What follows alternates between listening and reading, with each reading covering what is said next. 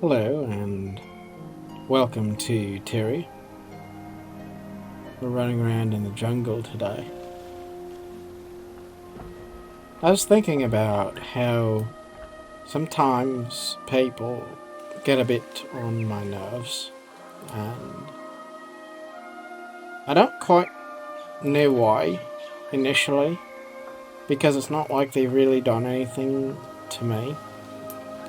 It's just that feeling that there is something fake or not genuine about them.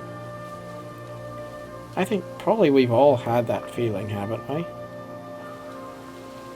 What is it that makes a person seem ridiculous when you see them?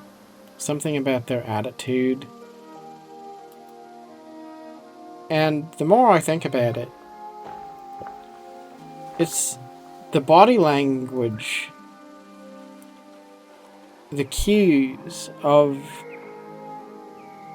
being obsessed with yourself, of thinking that you're more important than you really are.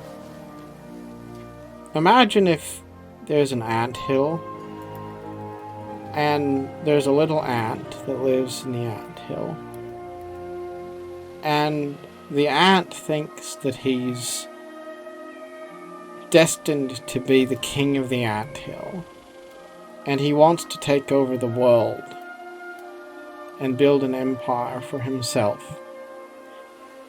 And he doesn't admit that he's just a little ant.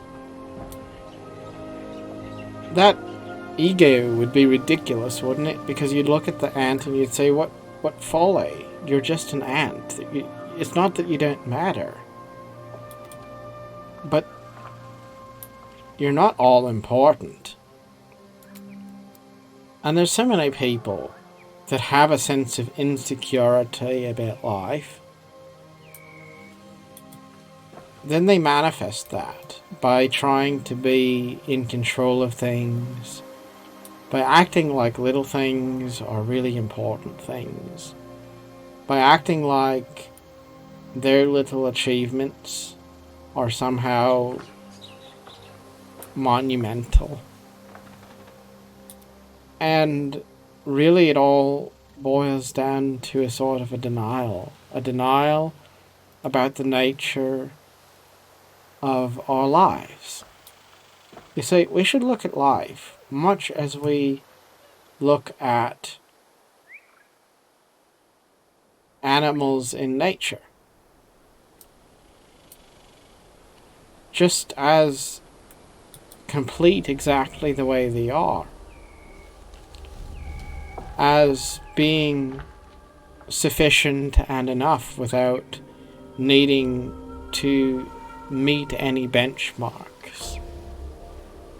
When we look at our lives as relevant but not all important, then we focus on doing things that are purposeful and things that bring us a sense of joy or bring others a sense of joy. It's not that we don't care about life, but we also don't place a ridiculous level of importance on things that are ultimately temporary. It really doesn't matter what the political winds are telling us we should be all riled up about, or what our job is convincing us to put at the front page today. It really doesn't matter what our little hobbies all add up to. It's all kind of just fine the way it is. You don't look at nature and then judge nature critically because it didn't achieve enough or it wasn't good enough. It just is what it is, and it's fine that way. And being at peace with life it's an important skill to have, And I think the more you kind of get an idea of what that looks like, the more you can see the disingenuous things people do as they try to chase a sense of importance and a sense of relevance. And there's nothing really more fake and more silly than someone who's totally paranoid with being important, that always has to sort of pause and seek some kind of validation to make sure that someone's listening and someone's doing what they want and someone's building up their ego.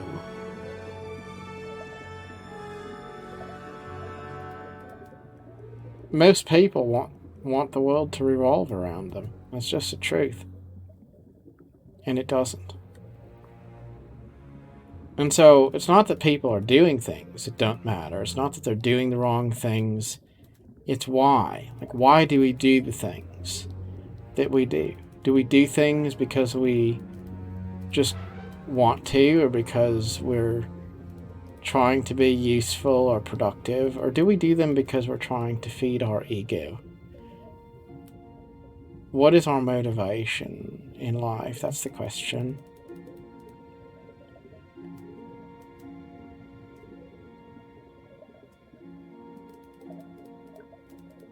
Don't assign permanent value to things that are temporary. Jobs is temporary. Our youth is temporary. Our lives are temporary. So, what we ought to do is be patient and be dutiful and be motivated and interested, but not obsessed about any one particular thing. I do think one thing that's a bit funny about this is, as much as I can have this talk about how people are irritating because they're too self-focused, too obsessed with the temporary aspects of their life, too interested in things being all about them, I also have to kind of check myself, because the truth is, when you aren't worried about your own ego, you stop worrying so much about the faults of other people. You stop looking at them so much and saying, look at this person's failings, or look at this person's character pitfalls. You just accept them, and it is what it is. It's not that you're embracing or endorsing everything a person is, but nature would be nature if it was changed and altered to meet our expectations of how it should manifest itself. You have to have all sorts of people in the world to make it what it is. To have that sense of an ecosystem, you have to have the aggressive people, you have to have the self-centered ones, you have to have the followers, you have to have the belligerents, you have to have all the different types of people to have a diversity in society. So the crazy thing is, despite the fact you might have an idea of why someone's wrong about something, you still should respect them to be that way, because if they weren't, and they just conformed to your idea of what they ought to be, then you would wind up becoming the very monster that you're criticizing them for being. You can't criticize other people too aggressively for wanting to play God without inheriting a few of those bad traits of kind of wanting to maybe be that way yourself. And so if there is any takeaway, it's to learn to be a little bit more chill and calm and patient about all the different things. And then when you see someone's faults, when you observe those things, be quick to forgive them and let it go. But then also say, how can I maybe not have those traits myself? Maybe I can be a little bit more mindful and purposeful in my life and not be that person that is, really interested in myself, and everything seems like it's all about me, but then other people look at my life and they can see the folly of it, because it's like being that person that's wearing no clothes, it's naked, in the Emperor's New Clothes story. And you're that one person that thinks you're better than everybody else because you have the best set of clothes in the whole parade. And then everyone's looking and they're saying, oh, look, you're naked. And you're saying, look at me. I am so luxuriously clothed. And you think I'm naked just because you're ignorant and you can't see it because I'm better than you. And you're the one that's really stupid because you're so certain that you're right, and you're so fixated on what you think is wrong with other people that you don't actually realize that you need to look in the mirror.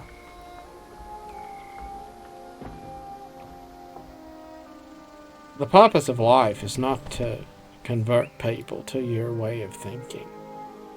It just isn't. You might think it ought to be.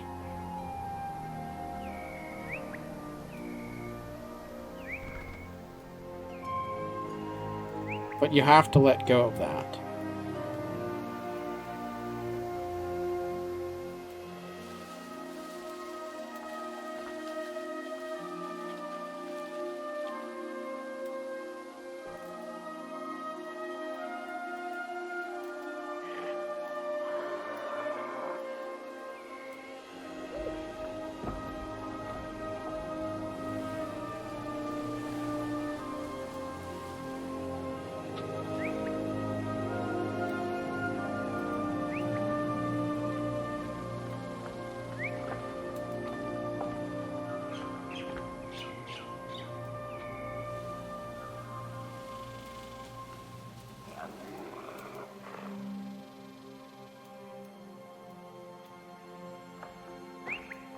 And I guess I'll close with this thought, and that is just, there's so much that we can do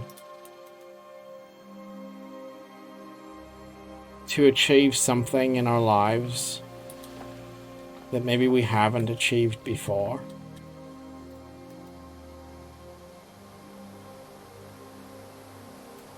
Once you start trying to work on yourself, genuinely trying to work on yourself, you'll start to be humbled because you realize that there's so much you need to do.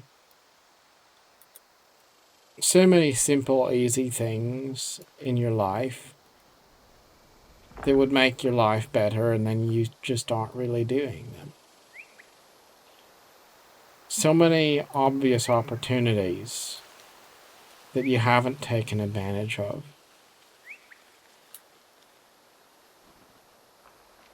And when you realize that, you do want to work on yourself more. But I think that's the best and easiest way to be tolerant of others, by actually trying to work on your own character. Because when you realize how flawed your own character is, not only are you more busy trying to work on it, but you also realize usually it's not so much that other people are more flawed than you. It's just that they're flawed in different ways. You know, we all have our own pet demons, those things that kind of... We always go back to them. They always hold us back. They're the familiar cages that we return to, the captivity that we just can't quite leave behind. So if you want to be a tolerant person, the best way to do that is not by trying to mandate people to be more tolerant. It's by actually being more aware of your own self and your own shortcomings.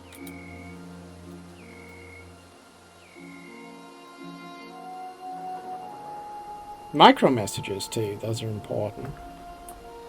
There's so many times when something is...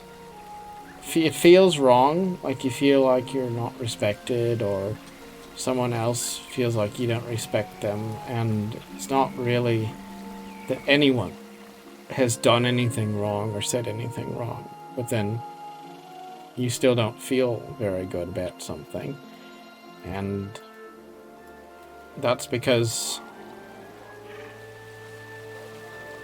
generally the truth of your spirit speaks a lot louder than the official message that you're putting out. People can see a lot more of what's inside you than you might realize. So don't focus on looking good, because people can always see when something's fake.